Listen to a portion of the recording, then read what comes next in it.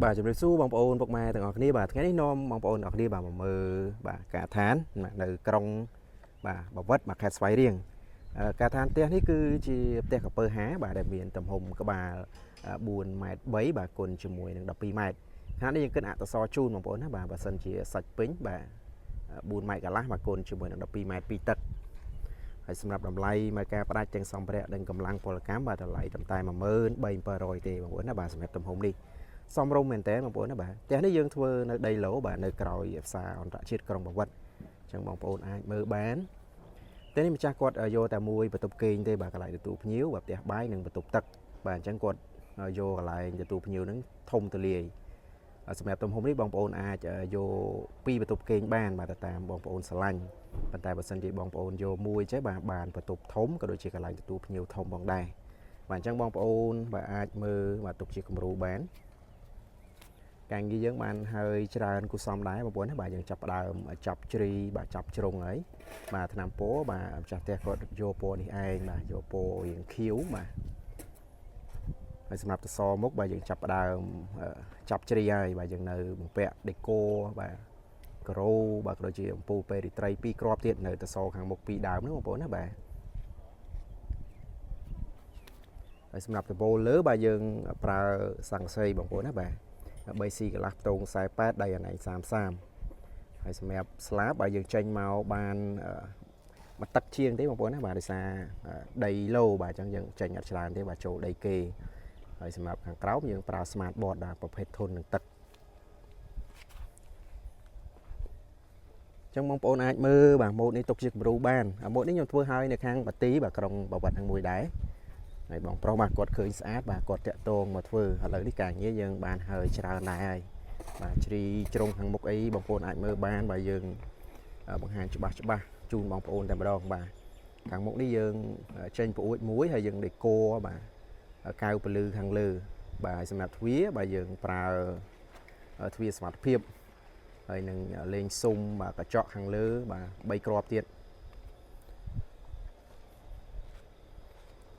សំលមមរស់នៅបងប្អូនណាបាទសម្រាប់ទំហំនេះបាទសម្រាប់គ្រួសារតូចដែលយើងមានសមាជិកបាទតិចបាទហើយបងប្អូនមានថវិកាសំលមមអីអាចពិចារណាម៉ូដនេះបានបាទតម្លៃសមរម្យបាទសមរម្យរស់នៅសម្រាប់គ្រួសារប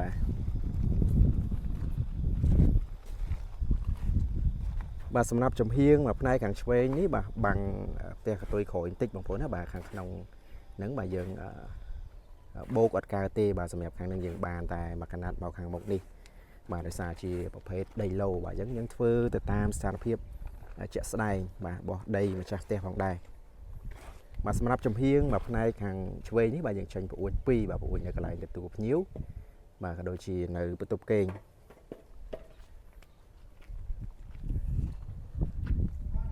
បាទសម្រាប់តម្លៃនេះបងប្អូនចាំតែកាន់សោចូលនៅទេបងប្អូនណាបាទសំបីតែដីចាក់ពេញបាតផ្ទះបាទគាត់នៅលើខាងក្រុមហ៊ុន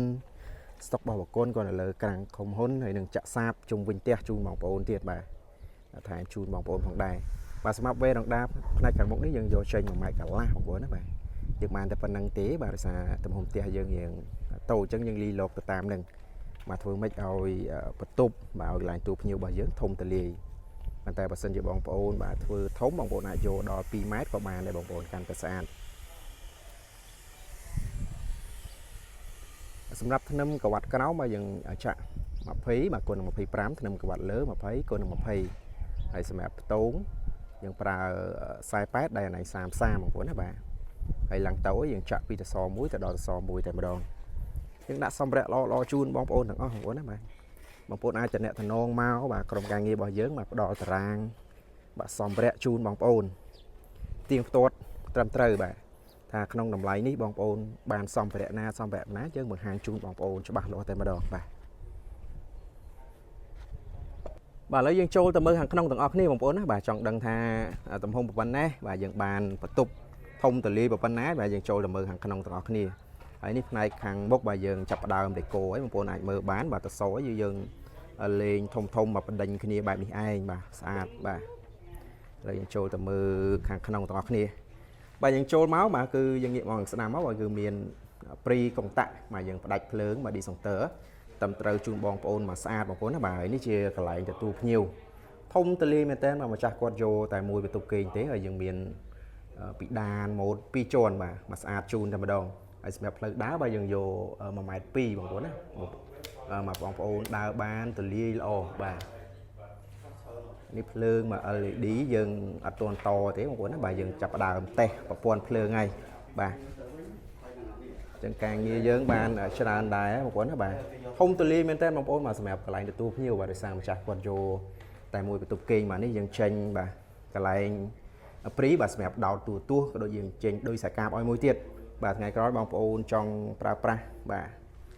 TV អីគឺបានយ៉ាងងាយស្រួលតែម្ដងឥឡូវយើងចូលទៅមើលបន្ទប់គេងបាទមួយដែលម្ចាស់គាត់យកតែមួយទេបាទនេះយើងចូលមកធំទូលាយមែនតើបងប្អូនណាបាទទំហំនេះម្ចាស់គាត់យកតែមួយបន្ទប់គេងបាទអញ្ចឹងធំទូលាយមែនតើហើយនេះសម្រាប់ការងាររបស់ពីដានរបស់យើងបាទយើងចាប់ដើមបាទខាត់ចាប់ដើមតេស្តភ្លើងបដាឲ្យបងប្អូនណាបាទហើយបើយើងងាកមកបើយើងមានព្រីកុងតាក់អីមកស្អាតបងប្អូនណាបាទទំហំនេះបងប្អូនអាចយកពីបន្ទប់គេងបានបាទតាមបងប្អូនស្រឡាញ់ហើយនេះជាបរិវេណបាទផ្ទះបាយបងប្អូនណាបាទយើងសល់ទលាដូចគ្នាដាក់តុញ៉ាំអាហារកន្លែងនេះបានមួយបងប្អូនណាបាទដោយសារតែទំហំនេះម្ចាស់ផ្ទះគាត់យកតែមួយបន្ទប់គេងបាទអញ្ចឹងបានធំទលាមែនតើបរិវេណផ្ទះបាយបាទក៏យើងចេញព្រីបាទសម្រាប់យើងប្រើប្រាស់ដូចគ្នាបាទយើងអាចដោតឆ្នាំងដាំបាយឬក៏ប្រើប្រាស់ផ្សេងបាននេះយើងចេញកុងតាក់បាទព្រីភ្លើងឲ្យទៀតយើងអត់កំណាញ់ទេបងប្អូនណាបាទចេញឲ្យច្រើនមែនតើបាទធ្វើយ៉ាងណាឲ្យម្ចាស់ផ្ទះបាទប្រើគ្រប់គ្រាន់បាទសម្រាប់ការប្រើប្រាស់បាទហើយយើងមានបន្ទប់ទឹកមួយបាទបន្ទប់ទឹកក៏សមល្មមសមរម្យសម្រាប់ប្រើប្រាស់ដែរបាទមកល្វែងតែម្ដងបាទបន្ទប់ទឹកយើងដាក់សម្ភារៈល្អមួយឈុតបងប្អូនណាបាទមានបកូនចុចបាទមានឡាបូចាក់ជាងខ្ចក់ខ្សែអនាម័យមួយទឹកកាឈូកនិងដាក់ម៉ាស៊ីនបឺតក្លិនឲ្យទៀតបាទហើយយើងនៅលើការ៉ូជាងនេះ1.8 ម៉ែត្របាទការ៉ូបាតហើយយើងប្រើប្រភេទស្ងួតហើយទ្វារយើងប្រើប្រភេទទ្វារ PVC ដែលធន់នឹងទឹកបាទត្រូវទឹកអត់រីកអត់អីទេបងប្អូនណាប្រភេទនេះអញ្ចឹងបងប្អូនអាចមើលការងារយើងបានហើយបើសិនជាបងប្អូនមានបំណងបាទចង់សាងសង់បងប្អូនអាចតំណងមកបានបងប្អូនណាបាទទទួលមកការសាងសង់25ខេត្តក្រុងទំហំនេះសមល្មមមែនតើបាទសម្រាប់ការរស់នៅនេះគូបញ្ជាក់បងប្អូនផងដែរបាទសម្រាប់ទំហំនេះបងប្អូនអាចយកពីបន្ទប់គេងបានបាទទៅតាមបងប្អូនស្រឡាញ់បាទទៅតាមសមាជិកគ្រួសារបងប្អូនតែបើបងប្រុសបាទគាត់យកតែមួយបន្ទប់គេងទេបាទគាត់ចង់បានទូលាយបាទនេះសម្រាប់ចំហៀងបាទផ្នែកខាងស្ដាំនៃផ្ទះបងប្អូនអាចមើលបានធ្វើត្បិតតែតូចមែនប៉ុន្តែយើង design mode ឲ្យមកស្អាតបងប្អូនណាបាទយើងលេងតែសផុសបាទលេងជ្រីលេងជ្រុងមកស្អាតជូនតែម្ដងបាទ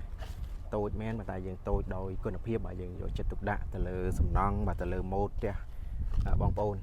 យើងចេញពអួច3បងប្អូនណាបាទពអួចដែលយើងឆ្លោះគ្នារវាងកន្លែងទទួលភ្ញៀវបន្ទប់គេងហើយនិងកន្លែងផ្ទះបាយមួយដើម្បីយើងយកពលឺចេញចូលគ្រប់គ្រាន់បាទហើយខាងលើបាទយើងឈុតឡង់បងប្អូនណាបាទយើងឈុតឡង់មកស្អាតជូនហើយខាងក្រោមក៏យើងលេងជ្រីបាទ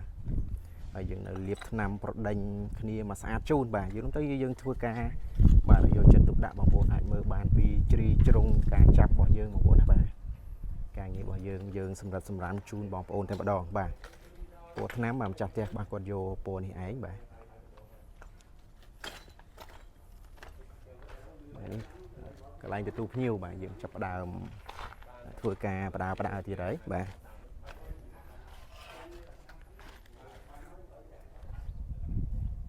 បាទអញ្ចឹងសម្រាប់វីដេអូនេះគឺមានតែប៉ុណ្ណេះទេបងប្អូនណាបាទដើម្បីបង្ហាញការងារដែលយើងកំពុងសាងសង់បាទនៅក្រោយផ្សារអន្តរជាតិក្រុងបាវិតហើយគូជាបងប្អូនផងដែរបាទសម្រាប់ផ្ទះនេះគឺទំហំខ្នាត4.3 ម៉ែត្របាទបដោយ12ហើយសម្រាប់តម្លៃមកការផ្ដាច់ទាំងសម្ភារៈនិងកម្លាំងពលកម្មបាទតម្លៃ13700បាទតម្លៃនៅខាងក្រុងបាវិតនេះឯងហើយបើសិនជាបងប្អូនមានបំណងចង់សាងសង់ឬក៏បងប្អូនបាទចង់ដឹងតម្លៃសិនបាទដើម្បីត្រៀមលុយសម្រាប់ការសាងសង់បងប្អូនអាចតំណងមកបានបាទទទួលមកការសាងសង់25ខេត្តក្រុងបងប្អូនប្រាប់ពីទំហំផ្ទះដែលបងប្អូនចង់សាងសង់បាទក្រុមការងាររបស់យើងនឹងចេញតម្លៃជូនបងប្អូនផងដែរបាទជាចុងក្រោយបងប្អូនបាទកុំភ្លេច Subscribe ដាក់រូបកណ្ដឹងទៅបងប្អូនបាទដើម្បីផ្ទះនេះហើយជាស្ថាពរបាទខ្ញុំនឹងផុសបាទហើយផ្ទះហើយខ្ញុំនឹងផុសជូនបងប្អូនបាទដើម្បីចង់ដឹងថាសោះស្អាតប៉ុណ្ណាបាទកុំភ្លេចតាមដានទាំងអស់គ្នាបាទសូមអរគុណបាទសូមជម្រាបលា